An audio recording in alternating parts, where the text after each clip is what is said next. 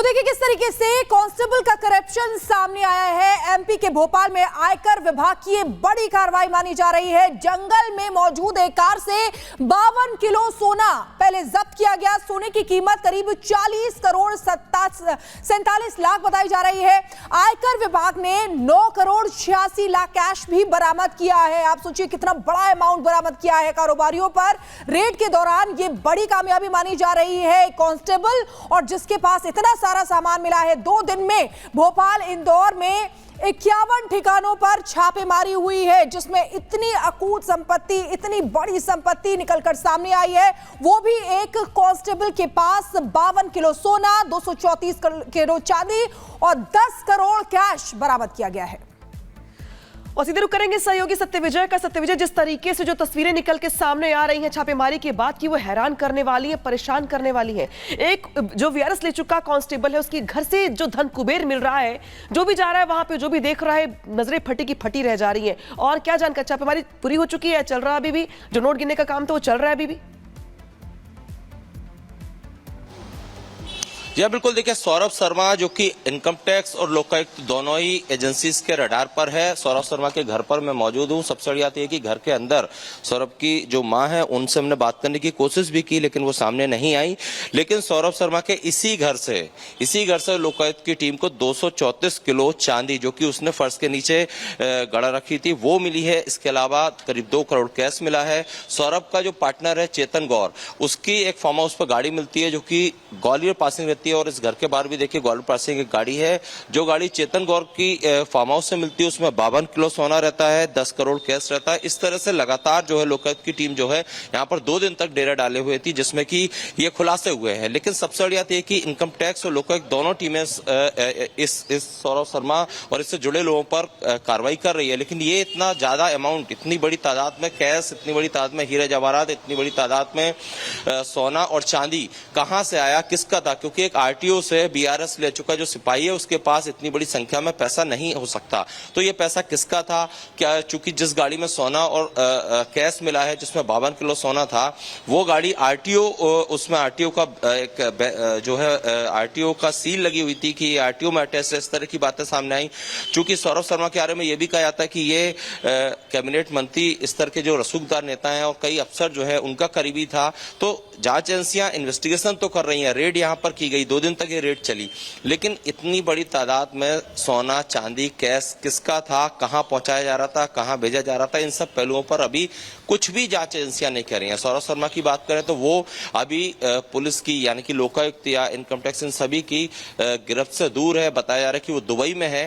तो इन सब पहलुओं पर अभी जांच जारी है, इन्वेस्टिगेशन हो रही है। पर्दे जो है कई और राजफास होंगे, क्योंकि इस घर में सौरभ रहता था। लेकिन कई ऐसे और ठिकाने हैं सौरभ के जहां पर कि उसने इस तरह से जो संपत्ति है वो छुपा रखी थी। और ये जो गाड़ी जो मंडोरी के एक फार्म हाउस में मिली, वो भी इसी नीयत से वहां पर रखी गई थी कि जो लोकायुक्त की टीम है या इनकम टैक्स वालों को उस पैसे का पता ना लग सके। तो हम लगातार एक्सक्लूसिव तस्वीरें दिखा रहे हैं। इस घर में अभी फिलहाल सौरभ की मां है जो बात नहीं कर रही है। लेकिन ये जो पूरा षड्यंत्र है, ये जो पूरा एक खुलासा हुआ है, इतनी बड़ी कार्रवाई हुई जिसमें बड़ी मात्रा में कैश और सोना चांदी मिला है, तो इसका ये पैसा कहां से आया था, कहां जा रहा था, क्यों स्टोर करके रखा गया था, कैसे एक सिपाही के पास इतना पैसा आया, इन सब चीजों से पर्दा उठना अभी फिलहाल बाकी है।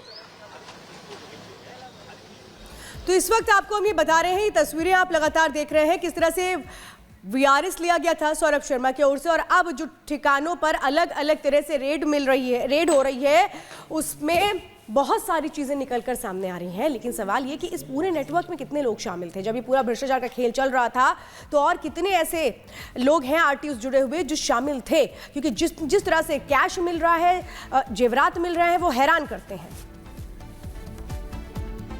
और चलिए अब बात करते हैं संभल की। संभल से सपा सांसद जियाउर रहमान बर्क और उनके पिता की मुश्किलें बढ़ती जा रही हैं। सपा सांसद के पिता पर बिजली अधिकारियों की टीम धमकाने का आरोप दर्ज करवाएगी और इस पूरे मामले पर वकील से खास बातचीत की गई। सुनिए क्या कहते हैं।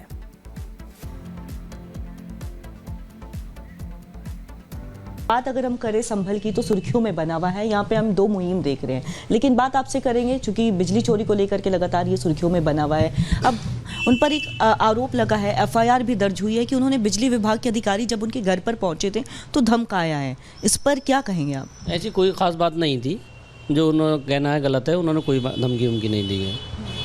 मैं साथ था, जब मैं वहाँ पहुँचा मुझको जानकारी हुई तो एएसपी साहब ने बताया कि बिजली की चेकिंग होनी है, और क्योंकि वहाँ ज़्यादा लेडीज़ थी और कोई था नहीं, एमपी साहब नहीं थे, तब हमने बात करके उनसे कहा कि आप अपने जो बिजली के कर्मचारी जो चेकिंग करना चाहते हैं आप उनको भेजिए।